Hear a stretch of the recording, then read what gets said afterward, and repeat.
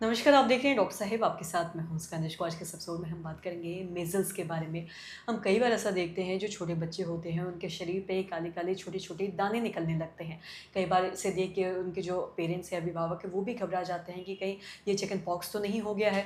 आज हम इसी बारे में तमाम जानकारी लेंगे और ये जानेंगे कि ये मेज़ल्स क्या है। और इस पे तमाम जानकारी लेने के लिए आज हमारे साथ मौजूद है बिहार के जाने-माने शिशु रोग विशेषज्ञ डॉक्टर संतोष कुमार। साथ ही आपको जी, बता दें कि नमस्ते। एनएमसीएच में कार्यरत है। सर नमस्कार, बहुत-बहुत स्वागत है। नमस्ते। सबसे जानना चाहेंगे अगर हम मीज़ल्स के बारे में बात करें जो छोटे-छोटे दाने शरीर में बच्चों के हो जाते हैं, बिल्कुल। तो क्या ये चिकन पॉक्स है या क्या है और उससे कैसे बच उम, सकते हैं इस बारे में थोड़ा बताएँ? नहीं, आपने बहुत ही अच्छा क्वेश्चन पूछा। मीज़ल्स एक तरह का वायरल इलनेस है, जिसमें कई सारे वायरल इलनेस होता है, जिसमें कि शरीर में आपको रैशेज़, चकत्ता, दाना जैसा दिखाई देगा।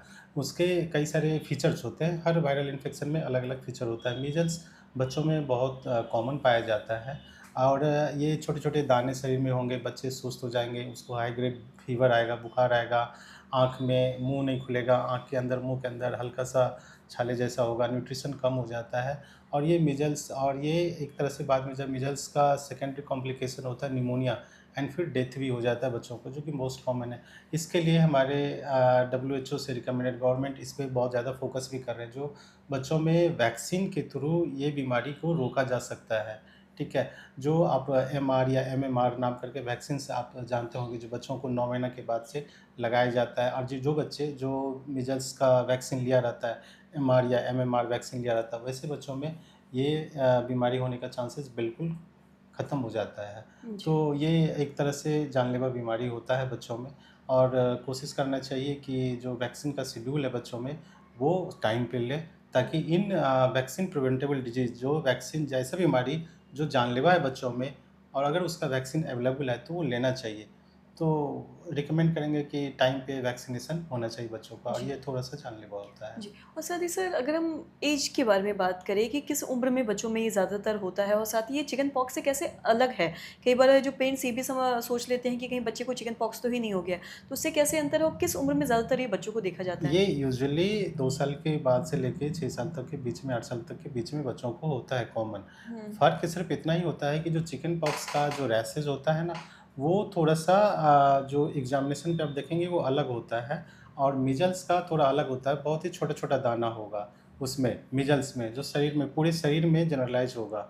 एंड वो जो चिकन पॉक्स का होता है, थोड़ा-सा उसके रिस्पेक्ट में बड़ा होता है, हुँ। जिसके कारण वो डॉक्टर क्लिनिकली एग्ज़ामिन करके मतलब कि डिफरेंशिएट कर लेता है, ये चिकन पॉक्स है या फिर मीज़ल्स है।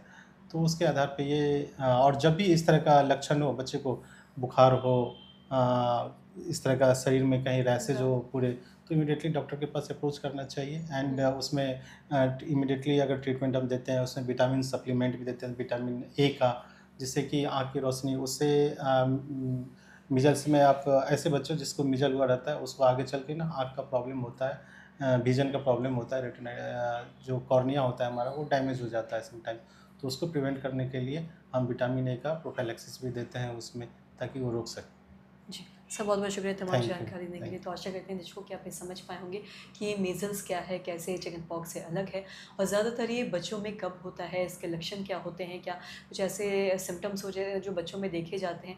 अगर ऐसा कोई भी आपको सिम्पटम्स दिखता है अपने बच्चों में तो अपने आस-पास के आप किसी भी पेडियाट्रिशियन से ज़रूर कंसल्ट करें। तो आशा करते हैं जो तमाम जानकारी है आपको लाभदायक भी हो। तो आज के इस वीडियो में इतना ही, धन्यवाद।